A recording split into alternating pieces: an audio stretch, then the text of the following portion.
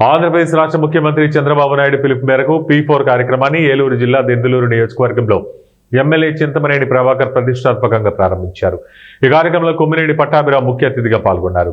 అనంతరం ఏర్పాటు చేసిన సభా సమావేశంలో ఎమ్మెల్యే చింతమనేని మాట్లాడుతూ పోతునూరు గ్రామాన్ని అభివృద్ధి పదంలో నడపడానికి కొమ్మినేని కుటుంబం వారు దాతృ హృదయంతో చేస్తున్న సహాయాలు గ్రామాన్ని అభివృద్ధి పదంలో నడవడానికి ఎంతో తోడ్పాటునిస్తాయని తెలియజేశారు. అడగ్గాని హాస్పిటల్కి సంబంధించిన మెటీరియల్ మరియు భవన నిర్మాణం మరియు ఎస్ సంస్థల విద్యార్థులకు సైకిల్ షెడ్ నిర్మించి ఇచ్చిన కొమ్మినేని రాంబాబుకు పట్టాభిరామ్కు కృతజ్ఞతలు తెలియజేశారు. ఈ గ్రామంలో అనేక సమస్యలు ఉన్నాయని, వాటిలో ముఖ్యంగా ఊరి మధ్యలో ఉన్న చెరువు బాగు చేయించే పనిని కొన్ని రోజుల్లోనే పూర్తి చేస్తామని గ్రామ ప్రజలకు పట్టాభిరామ్ హామీ ఇచ్చారు. ఈ కార్యక్రమం టీడీపీ మరియు జనసేన నాయకులు, కార్యకర్తలు, పోతునూరు గ్రామ ప్రజలు పాల్గొన్నారు.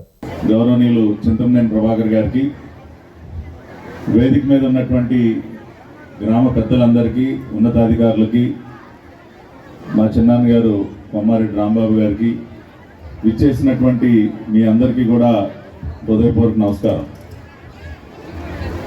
ఇప్పుడే పెద్దలు మాట్లాడుతూ చెప్పారు, పోతునూరు గ్రామ అభివృద్ధిలో కొమ్మారెడ్డి కుటుంబం వారి ముద్ర అనేది ఎప్పుడు కూడా ఉంటుంది.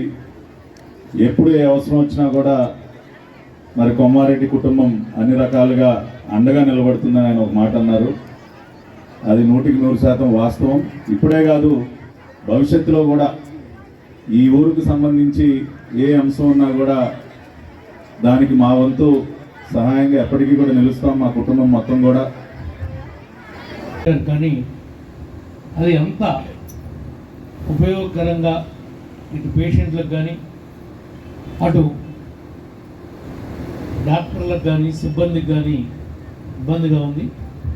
ఇప్పుడు రాంబాబు గారు వాళ్ళ ట్రస్ట్ ద్వారా వాళ్ళ నాన్నగారి పేరు మీద కొమ్మారెడ్డి సదాశివరావు గారు కీర్తిశేషులు ఆయన జ్ఞాపకార్థం నిర్మాణం చేసినటువంటి భవనం వల్ల మనకి కొన్ని బెడ్స్ వచ్చేటువంటి అవకాశం, ఒక ఆపరేషన్ థియేటరు,